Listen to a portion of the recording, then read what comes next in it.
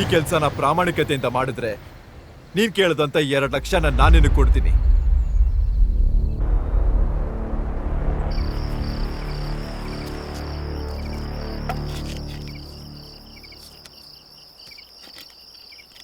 ತುಳಸಿ,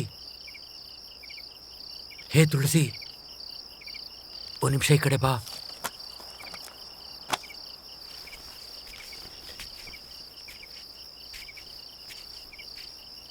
ಏನಕ್ಕೆ ಬಂದಿದ್ಯಾ? ನಮ್ಮನೆ ನಿನ್ಗೆ ಹೇಗೆ ಗೊತ್ತು? ಇಷ್ಟೊತ್ತಲ್ಲಿ ಯಾಕೆ ಬಂದಿದ್ಯಾ? ನಿನ್ನ ಫ್ರೆಂಡ್ ಸ್ವಾತಿ ಹೇಳಿದ್ಲು ನಿನ್ನ ಹತ್ರ ಒಂದು ವಿಷಯ ಮಾತಾಡಕ್ಕೆ ಬಂದೆ. ಏನದು? ಇವಾಗ ಬೇಡ, ನಾವು ಪ್ರತಿದಿನ ಭೇಟಿ ಆಗುವಂಥ ಜಾಗಕ್ಕೆ ನೀನು ಬಂದರೆ ನಾನು ಹೇಳ್ತೀನಿ. ನಾನು ಬರೋದಿಲ್ಲ. ನೀನು ಬರ್ತಿದ್ಯಾ? ನನಗೆ ಗೊತ್ತು. ತುಳಸಿ, ಅಮ್ಮ ಕರೀತಿದ್ದಾರೆ, ಹೋಗು. ತುಳಸಿ, ತುಳಸಿ, ಎಲ್ಲೋದ್ಲಿ ಇವಳು?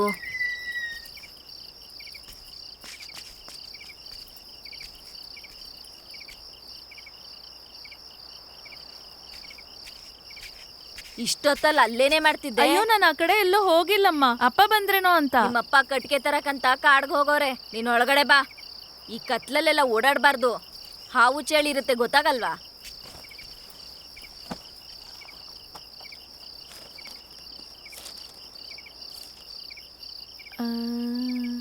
ನಾನು ಬರ್ತೀನಿ ಅಂತ ಅವನಿಗೆ ಹೇಗೆ ಗೊತ್ತಾಗಿರ್ಬೇಕು?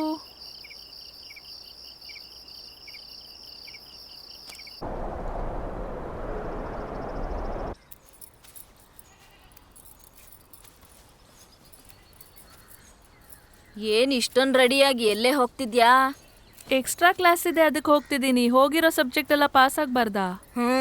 ಅದೊಂದೇ ಕಡಿಮೆ ಇರೋದು.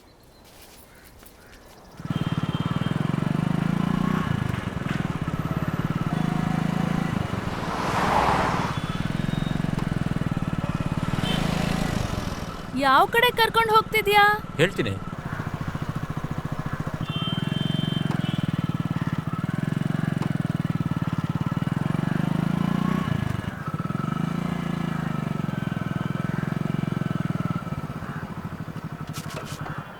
ಇಳಿ.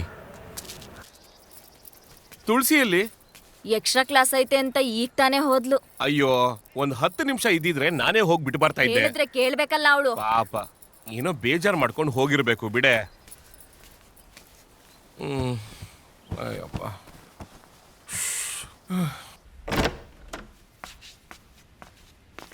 ಒಳಗ್ ಬಾ. ಪರವಾಗಿಲ್ಲ, ಬಾ. ಮುಖ ತೊಳ್ಕೋತ್ಯಾ? ಇರ್ಲಿ, ತೊಳ್ಕೊಂಬ ಹೋಗು.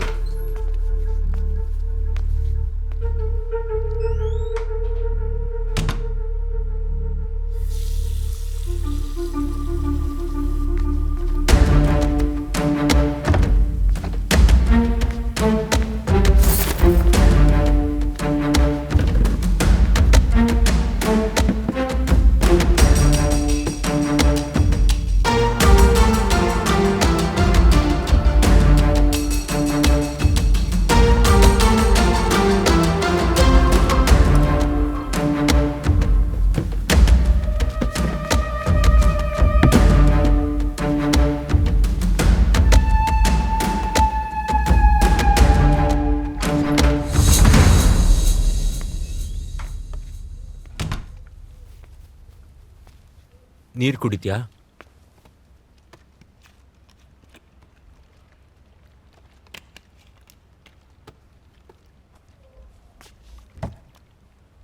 ಕೂತ್ಕೋ ತುಳಸಿ. ಹೌದು, ನಿಮ್ಮ ಮನೇಲಿ ನೀನು ಮತ್ತೆ ನಿಮ್ಮ ಅಪ್ಪ ಅಮ್ಮ ಇರೋದಾ? ಇಲ್ಲ, ನಂಗೊಬ್ಬ ಅಣ್ಣನೂ ಇದ್ದಾನೆ. ಅವ್ನು ಡೆಲ್ಲಿಯಲ್ಲಿ ಓದ್ತಾ ಇದ್ದಾನೆ. ಹೌದಾ? ನಾನಿನ್ನ ಪ್ರೀತಿಸ್ತಾ ಇದ್ದೀನಿ ತುಳಸಿ. ನೀನು ನನ್ನ ಪ್ರೀತಿಸ್ತಾ ಇದೆಯಾ ತುಳಸಿ? ಇಲ್ದಿದ್ರೆ ನಾ ಕರೆದಿದ್ ಕೂಡಲೇ ನೀವು ಒಬ್ಳೆ ಬರ್ತಿರ್ಲಿಲ್ಲ. ನಾನಿನ್ ಪಕ್ಕ ಇದ್ರೆ ನಿಂಗೊಂದು ಧೈರ್ಯ ಇರುತ್ತೆ. ನನ್ನ ಜೊತೆ ಬರೋದಕ್ಕೆ ನೀ ಎಷ್ಟೇ ದೂರ ಆದ್ರೂ ಧೈರ್ಯ ಮಾಡ್ತೀಯ. ಇದು ನಿಂಗೆ ಹೆಂಗ್ ಹೇಳ್ಬೇಕು ನಂಗೆ ಗೊತ್ತಾಗ್ತಾ ಇಲ್ಲ. ನಿನ್ನೆ ರಾತ್ರಿ ಕೂಡ ನಿಮ್ ಮನೆಯವ್ರು ನೋಡ್ಬೋದು ಅಂತ ಚೂರು ಭಯ ಇಲ್ದೆ ಎಷ್ಟು ಧೈರ್ಯ ಮಾಡಿ ನನ್ನ ಹತ್ರ ಮಾತಾಡಕ್ ಬಂದೆ. ನಿನಗ್ ಗೊತ್ತಿಲ್ಲ ತುಳಸಿ, ನಿನಗ್ ಗೊತ್ತಿಲ್ಲದೆ ನೀನು ನನ್ನ ಪ್ರೀತಿಸ್ತಾ ಇದೀಯಾ. ನೀ ನನ್ನ ಪ್ರೀತಿಸ್ತಾ ಇಲ್ಲ ಅಂತ ಒಂದೇ ಒಂದು ಮಾತು ಹೇಳು. ನಿನಗೆ ಕಾಣಿಸ್ತೇನೆ, ನಾ ಹೊರಟೋಗ್ತೀನಿ.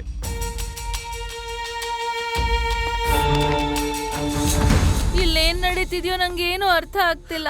ಈಗ ನೀನ್ ಇದೆಲ್ಲ ಹೇಳ್ತಿದ್ರೆ ನಿಜನೇನೋ ಅನ್ನಿಸ್ತಾ ಇದೆ. ನನಗ್ ತುಂಬಾ ಭಯ ಆಗ್ತಿದೆ. ಯಾರೇ ಆದ್ರೂ ಕೂಡ ಒಬ್ರನ್ನೊಬ್ರು ಇಷ್ಟಪಟ್ಟಾದ್ಮೇಲೆ ಪ್ರೇಮ ಮೋಹನ ತಡೆಯಕ್ಕಾಗೋದಿಲ್ಲ. ಪ್ರೀತಿ ಒಂದ್ಸಲ ಹುಟ್ಟಿದ್ಮೇಲೆ ಮೋಹ ಕೂಡ ತಡ್ಕೊಳಲ್ಲ. ನಾವಿಬ್ರು ಪ್ರೀತಿಸ್ತಾ ಇದೀವಿ ತುಳಸಿ.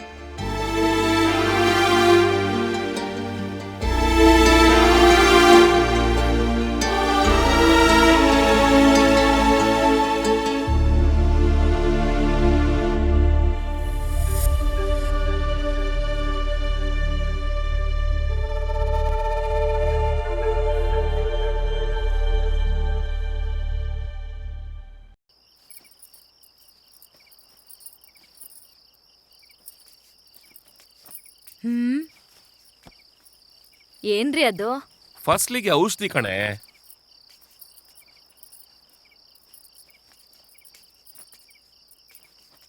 ಏನಮ್ಮ ಆಯ್ತು? ಹುಷಾರಿಲ್ವಾ? ಏನೋ ಗೊತ್ತಿಲ್ಲ ರೀ, ಹೊರಗಡೆ ಹೋಗಿ ಬಂದಾಗಿಂದ ಹಂಗೆ ಅವಳೆ. ಮೈಯೆಲ್ಲ ಸುಡ್ತಾ ಇದೆ ಕಣೆ, ಸ್ವಲ್ಪ ದೃಷ್ಟಿ ತೆಗಿಯೇ. ಮಾಮೂಲಿ ಆಗಿರೋದೇ ಆಗಿರುತ್ತೆ ಬಿಡಿ. ನಾನು ತೆಗಿತೀನಿ, ಊಟ ಹಾಕೊಡ್ತೀನಿ, ನೀವು ತಿನ್ನಿ.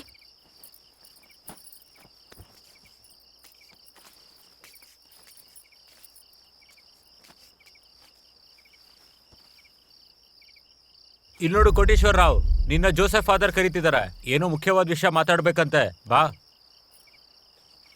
ಬರ್ತೀನಿ ಅಂತ ಹೇಳಿ. ಫಾದರ್ ಅವರು ಈ ಟೈಮಲ್ಲಿ ಕರೆಯೋದು ಅಂದ್ರೆ ಏನು? ಫೋನ್ ಮಾಡ್ಕೊಂಡು ಹೋಗ್ರಿ. ಏನೋ ಮುಖ್ಯವಾದ ವಿಚಾರ ಅಂತ ಹೇಳಿ ಕಳಿಸಿದ್ದಾರೆ. ನಾನು ಹೋಗಿ ಕೇಳ್ಕೊಂಡ್ ಬರ್ತೀನಿ. ನೀವು ಊಟ ಮಾಡಿ ಮಲ್ಕೊಳ್ಳಿ.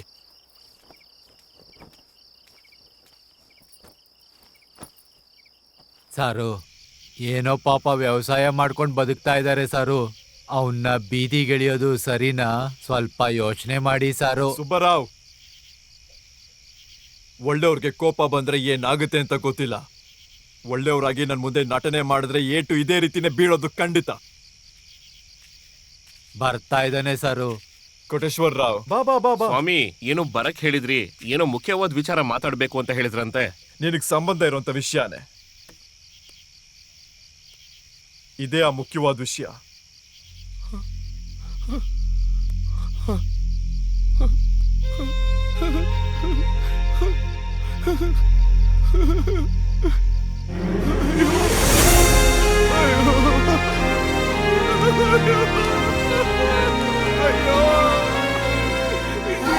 ಸ್ವಾಮಿ, ಇದು ನನ್ ಮಗಳನ್ನ ಏನ್ ಮಾಡ್ಬಿಟ್ರಿ ಸ್ವಾಮಿ?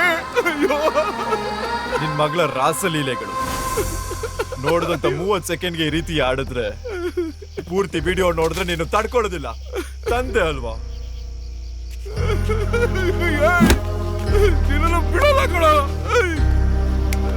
ಕೋಟೇಶ್ವರ ರಾವ್, ಅವನೇನು ಬಲವಂತವಾಗಿ ಮಾಡ್ಲಿಲ್ಲ. ಅವರಿಬ್ರು ಇಷ್ಟಪಟ್ಟೆ ಮಾಡಿರೋದು. ಸಾಯಿಸ್ಬಿಡ್ತೀನಿ ಕಣೋ. ಅಯ್ಯೋ ಸ್ವಾಮಿ, ತಪ್ಪಾಯ್ತು. ಅಯ್ಯೋ ಸ್ವಾಮಿ, ತಪ್ಪಾಯ್ತು.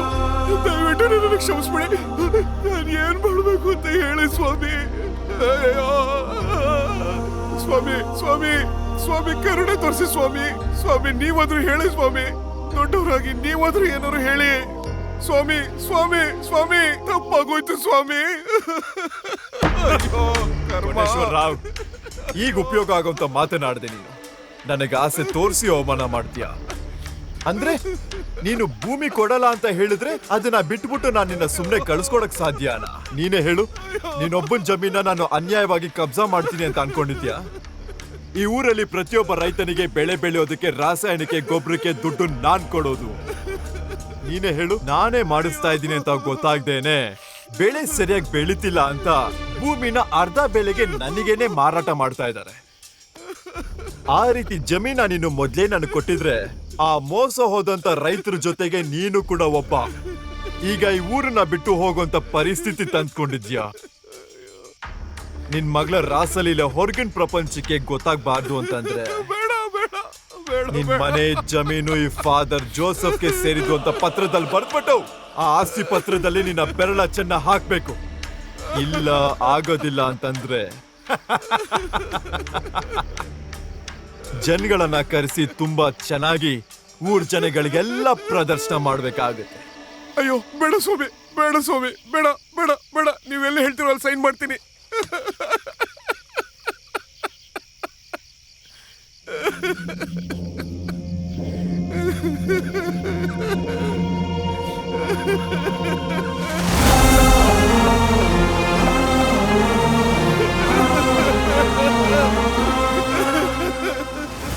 ಮಕ್ಳಿಗೆ ಯಾವ ಕಷ್ಟ ಬರ್ದೇ ಇರೋ ಹಾಗೆ ನೋಡ್ಕೋಬೇಕು. ಅದೇನ್ರಿ ಹಂಗೆ ಹೇಳ್ತೀರಾ? ನಮ್ ತುಳಸಿಗೆ 2-3 ವರ್ಷದಲ್ಲಿ ಮದ್ವೆ ಮಾಡ್ತೀವಿ. ನಾವು ಸಂಪಾದನೆ ಮಾಡಿದ್ದು ಮದ್ವೆ ಖರ್ಚಿಗೆ. ವರದಕ್ಷಿಣೆ ರೂಪದಲ್ಲಿ 1 ಎಕರೆ ಹೊಲ ಕೊಡೋಣ. ನಮ್ ಕೃಷ್ಣಂಗೆ ಈ ಮನೆ, ಮಿಕ್ಕಿರೋ ಹೊಲ. ಯಾವ ಶ್ರೀಮಂತ ತಂದೆನೂ ಇಷ್ಟು ಚೆನ್ನಾಗಿ ನೋಡ್ಕೊಳಲ್ಲ. ಅಷ್ಟು ಚೆನ್ನಾಗಿ ಮಕ್ಳನ್ನ ನೋಡ್ಕೋತಿದ್ದೀರಾ, ಇನ್ನೇನ್ ಬೇಕು ರೀ?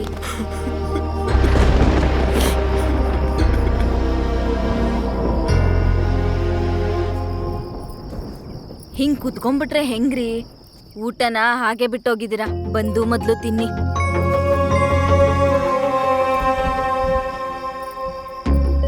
ಹೇಳ್ತಿರೋದ್ ನಿಮ್ಗೆ ಕಣ್ರಿ, ಕೇಳಿಸ್ತಾ ಇಲ್ವಾ? ಹೌದೇ, ನನ್ಗೇನು ಕೇಳಿಸ್ತಾ ಇಲ್ಲ. ನೀನ್ ಒಳಗ್ ಹೋಗು. ಊಟ ಮಾಡಿ ಅಂತೆ, ಒಳಗಡೆ ಬಾ ಅಪ್ಪ. ಊರ್ ಮೇಲಿರೋ ಕೋಪನ ಮಗ್ಳ ಮೇಲೆ ಯಾಕ್ರಿ ತೋರಿಸ್ತೀರಾ? ನೀನ್ ಒಳಗಡೆ ಹೋಗಿ ಮಲ್ಕೊಳೆ.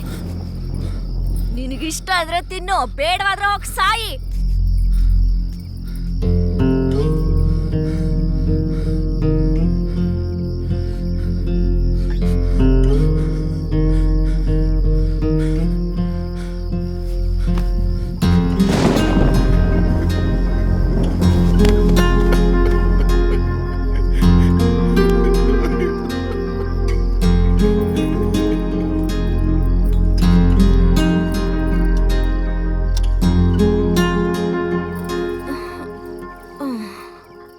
ಗಂಟೆ ಆಗ್ತಿದೆ.